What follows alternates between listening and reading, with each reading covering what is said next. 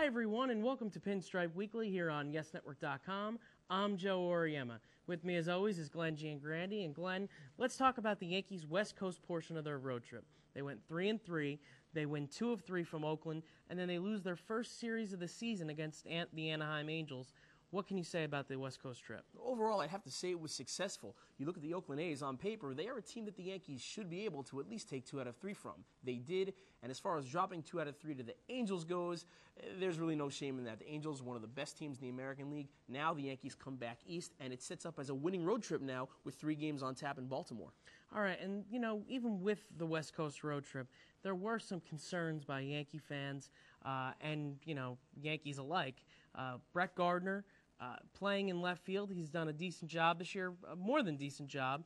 And against lefties, Joe Girardi seemed to not, sit him on the bench and put Marcus Thames into the lineup, who is better against left-handed pitching. However, that's really downgraded their defense, and this is a concern. What do you think the Yankees should do from here on out? Well, given the surprising way Brett Gardner has hit through the first portion of the season, through the Angels series, batting .327 with 9 stolen bases, that led the American League. I think Gardner has earned the right to play against lefties, and thus making himself more of an everyday player. Now, I would have no problem if Joe Girardi chose to sat Gardner against some of the tougher left-handed pitchers like John Lester, Cliff Lee, and David Price, just to name a few, but there's no doubt that Gardner has been one of the most surprising players in baseball this year, and he deserves to be treated that way. So you would use Marcus Thames more in a late-inning situational role and against the tougher left-handed pitching, and play Gardner more on an everyday basis. When offense is more of a priority, that's when I would use Thames. But when Gardner's out there, he gives the Yankees a significant upgrade defensively. We've seen twice this year in Tampa and against the Angels, balls that were hit to left field, Gardner most likely would have caught easily. Thames was unable to get to. When you're putting your defense at risk with a player out there, sometimes it's just not worth it. All right, and we go back and forth on this Mark Teixeira thing. We always say, just look at the back of the baseball card. By the end of the season, he is going to be absolutely fine. But does it really hurt Mark Teixeira that he gets off to these slow starts? I mean, last year he hit 39 home runs. He had a .292 average to end the season. And really, he could be so much better at the end of the season if he just gets off to better starts. Is he a concern right now? Is this more a mental thing? Well, let me ask you, Joe. Alex Rodriguez through the Angels series has 2 home runs. Should we be concerned about him? No, I don't think so. I feel the same way about Teixeira. He himself knows, and we around baseball watching for years know, that Teixeira is a slow starter in April. When he gets hot, the home runs and the RBI, they come in bunches. There is no concern with Teixeira. All right, and look, the pitching staff has been great. The starting pitching has been stellar up to this point. Dynamite overall. Except for Javier Vazquez. He's now 1-3 with a 9 ERA.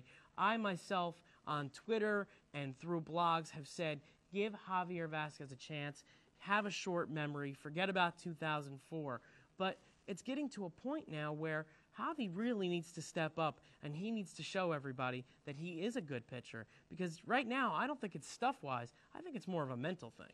I agree. We've seen this stuff. I mean, he's been one of the best strikeout pitchers in baseball throughout the entire decade, so there's no reason to think that Vazquez doesn't have the stuff to succeed. We've seen him get it done. He was a top 5 finisher in the NL Cy Young voting last year, so the repertoire is there. I agree. I think it's mental, and I do think the coming weeks are going to be very important for Vazquez because after the Yankees finish up in Baltimore, they come home, they take on the White Sox and the Orioles. Vazquez is projected to start against both of those lineups, both of which are having trouble scoring runs. So if he doesn't get in line there, on the horizon, we've got teams like Detroit, Minnesota, and Boston, clubs that have very unforgiving lineups.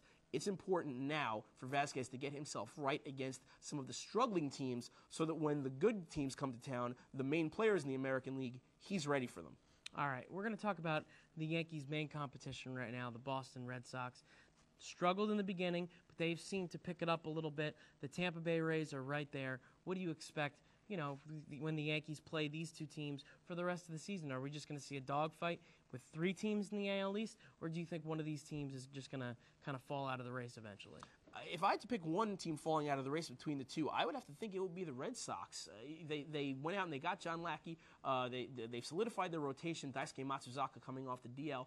But I just have some major concerns about that lineup. The Red Sox have been playing a lot of one-run games, and most of them have been going in their favor over the last week or so. So I think that they'd be the team that would falter. You look at the Rays, they have just everything working right now. They've got a dynamic, young, athletic lineup top to bottom. David Price is really emerging as a potential ace in that rotation, as is Matt Garza. So if I had to pick between the two, I think that the Red Sox would be the team more likely to fall off than the Rays. I don't even think the Red Sox are going to be in the playoff picture, as I've made my predictions to you on YesNetwork.com. But I do think all the games between these three teams, they're going to be dogfights the whole way.